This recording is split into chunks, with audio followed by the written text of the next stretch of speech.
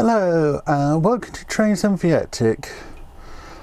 Today we'll be looking at setting up and installing these Smart Trek screens, and then I also have this signal to install. But before I do any of that, what I'll do is I'll show you what we did last week.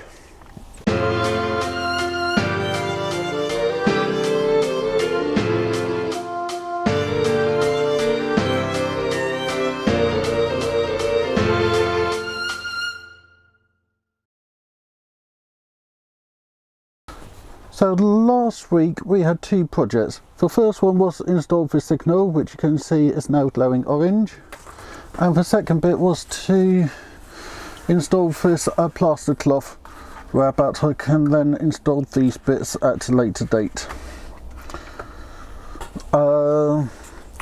What I'll do now is go down to my desk and show you how to set up the smart screen by Train Tech, and then we can install this signal just about whereabouts you're standing at the moment.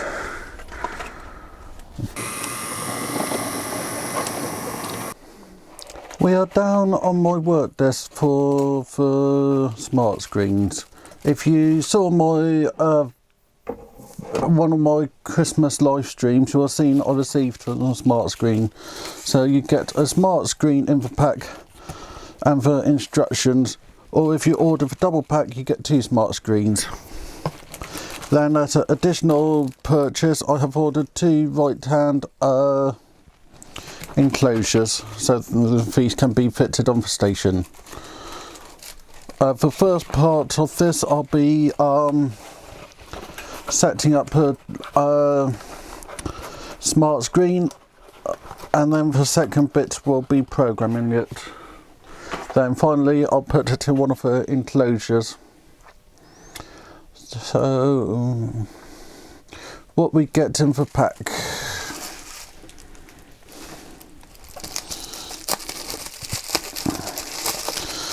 I'm not quite sure how these will be coming packed in the long run, but at the moment, as I ordered it through the post, it's come in that pink thing. So you get your smart screen, and on the back you've got several contacts. P and P are the two which we're interested in. A and B are used for triggering using an input device. L and C is used for resetting. And there's, I can't remember if it's L or C which you use for switching, but I won't be using for switching. And as well as that, you receive a nice amount of this wire.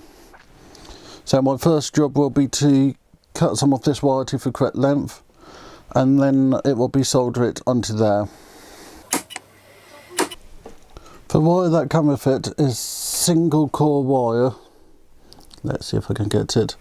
So the first job will be to quickly tin these. The contacts on the smart screen come in pre-tinned, so hold them in for helping hand and then just quickly touch it with a soldering iron, and I'll do the other side while I'm here.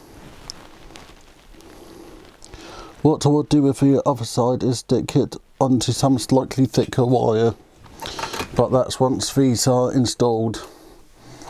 So for the next job is the most important job. It is actually soldering this onto these. So this will be mounted that way round in the screen. I got my soldering iron nice and hot.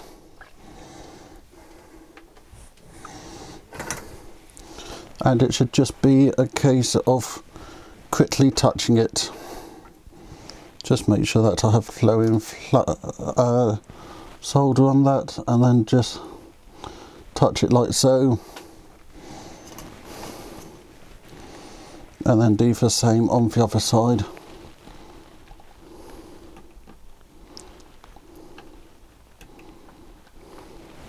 Didn't have enough solder on for iron, so just again just touch it.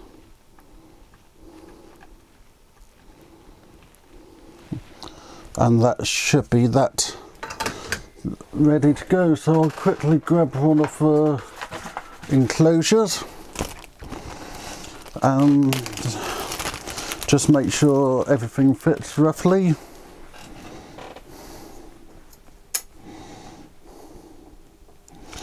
I'm twisting for wire, as I always twist wire,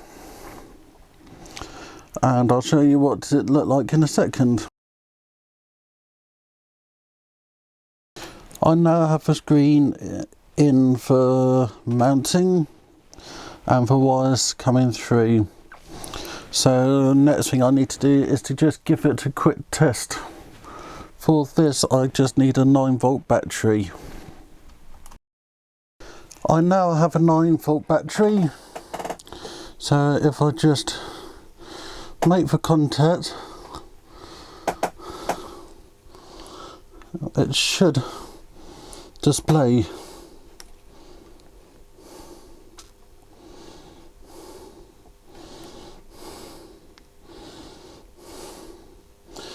And you can see on the screen it's a smart screen by Train Tech.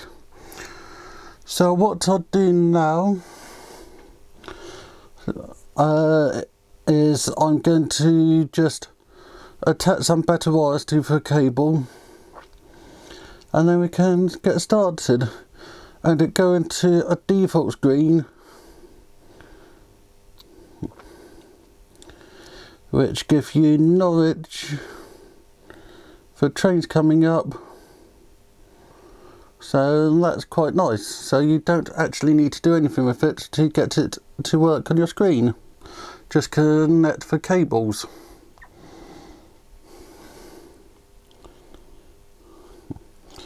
So I'll pause you for now and put some leads onto this, and then we can go into programming. Programming this unit couldn't be easier. By default the address will be 55 and it's a loco address, so you go and press loco and then enter 55 and press enter. Then you press F8 and then you can see that the screen have changed its message, and then you have two options: F4 for edit message or F5 to edit controls. So I'll show you how to set up for a message. So I'll press F4.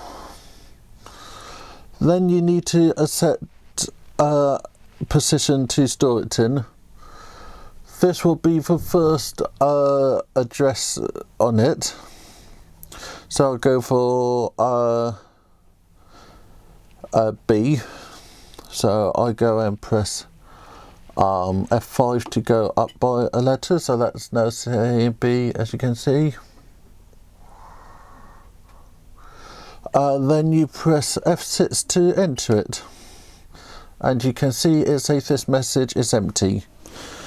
So I'll put in where it's going to. So to change the letter upwards, as it's A upwards, you press F4 and you can see that that's A, and then you press that button as many times to get to the letter you want. In my case it's a T, and then you press F1 to move across to the next letter. So this will be a U, no, a H. Then you just keep on doing this. If you want a special symbol, e.g. full stop, at, or anything like that, instead of pressing F4 you can press F3 to go backwards. So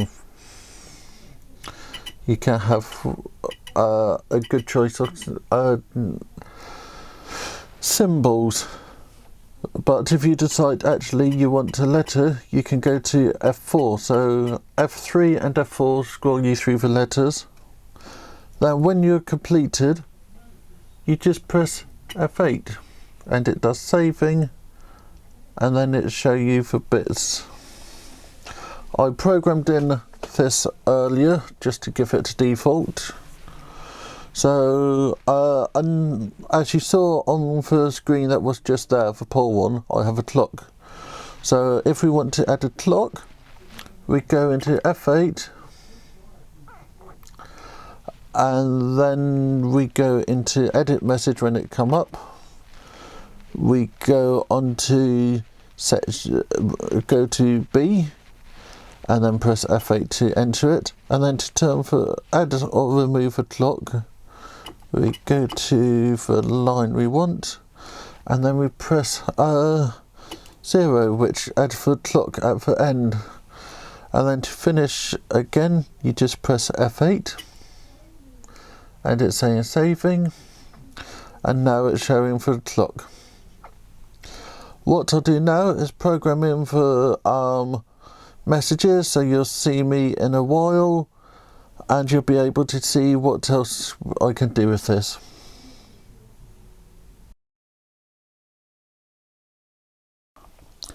These are the two smart screens, and I have spent the last day programming stuff in onto this one. Haven't done anything to that one yet. A few little things to notice. First of all, if I go onto address 55 enter the setting, you can see both screens are at exactly the same. But if that's something which you don't need to live with. So what I'll do is I'll quickly disconnect one of these screens and show you how to address them. So let me just turn power, stop this for a second, and then I can go and set some bits up. I've now disconnected this one, so we're just playing with this one. As I have accessed it with DCC address, it's now deleted for default messages. So what I'll do is enter the settings, and it tells us for two addresses. Press F5 to enter for control, then F7 to access the settings, then F6 to program an address. By default these are 55 and 56. 55's for the screen and 56 is for the time.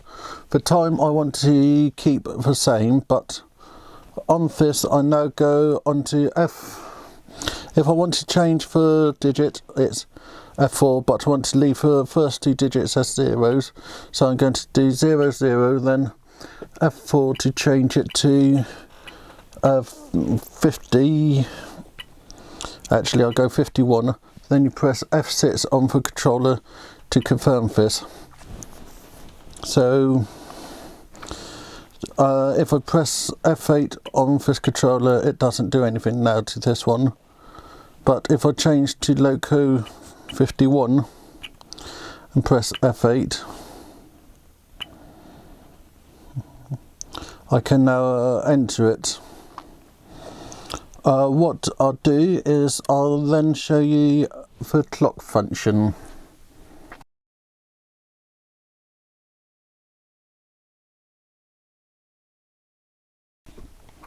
So these are now programmed on separate addresses. To change the destination in the mode that I'm using it, that one's set to switch, that one will be set to switches eventually. So if I go into switch 201 and then press throw, I'll go and get one of my messages I have installed. Now if I go onto local address of 56, which is the default clock one. If I put in any time according to the 24-hour clock, so that's 4 digits, it will change. So select on the loco, I'm going to go for 10 past 10, and you can see both have changed to 10:22. So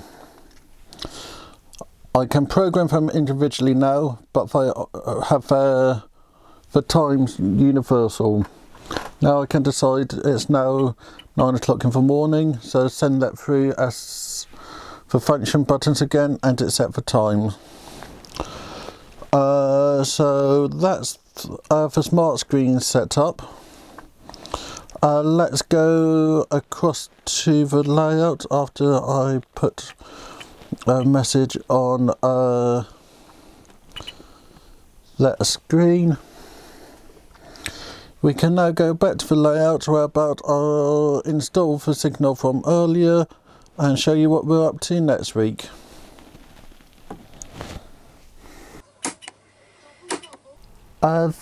Sorry about coming out of order. This is actually me from a week after filming this video. I realised I hadn't shown you how to set up the how to change what's displayed. By default it will just be cycling through the messages, but if you're like me and want to control it via a DCC accessory address, I'll show you how to set it up. This screen is actually address 51, so I'll put in address 51, enter, and then press F8 to enter the settings. By default it will be 55, but I have changed it as I just showed you. So now I go into F5 for the controller. Then you have 4 different things here. We used F7 for setting, but here we actually set, we have the options of controlling it through a local address, accessory address, or have it cycled. So I'll press F5 to enter the accessory. Then you can choose which address pair you want, as you program for addresses in pair if you're doing it as accessory. So I want A and B, but again it's F4 or F5 to change between the pairs. Then you press F6 to set it. Then you send accessory decoder address, so if you were about to change a point. For this I'll go and give it the address of 199, and I'll send a throw command. So that I've now received it, and now I can change the addresses by changing the sending a throw or a close thing as accessory. So same way as you would send a point. So now we'll go back to setting up the signal for the layout. Tech DS2 distance, yellow and green LED DCC clip-in signal. You have seen me setting up a DS9, which is the tricolour single head signal. This is going to go just after the viaduct, just before the embankment, as a distance signal for the signals which indicate the point. So what I'll do is I'll show you it being programmed up and then install it. As with all the Train Tech signal, really easy to get going. You just touch the 2 contacts down there,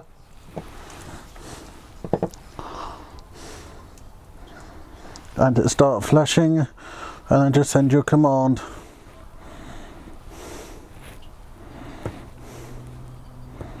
And I sent it in the wrong order,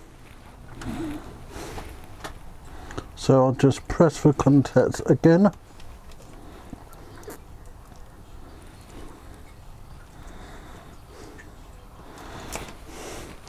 And send for command again.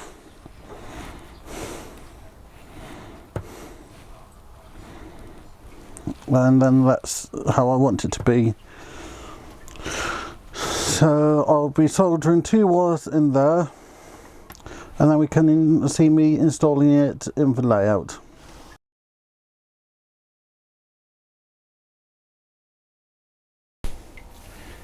Here we are back in the layout. So I'll quickly install this light. I'm going to have him just there because it means I can feed the cable down quite easily.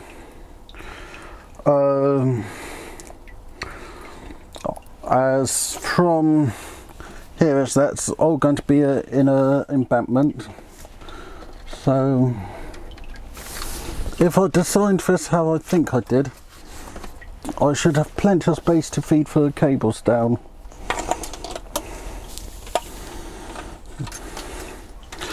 So the signal's going to go there, just there, and then the wires can just get put down there like so.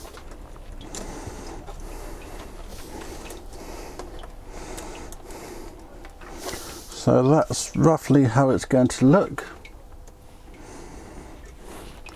I'll show you that finished next week. And what are we working on next week? Yet another set of signal which is going up on the top line. Also, I'm going to be showing you how I'm going to be adding additional blocks to my e-course at a much lower price. So join me next week when I'll show you, start off by showing you with these working, and then we'll be able to install these signals, and I'll show you the way I'm going to be doing block detectors for a lot less on the e-course, and show you what it's going to be used for. So make sure to like, subscribe and comment, and I'll see you all next time. Thank you very much. Richard.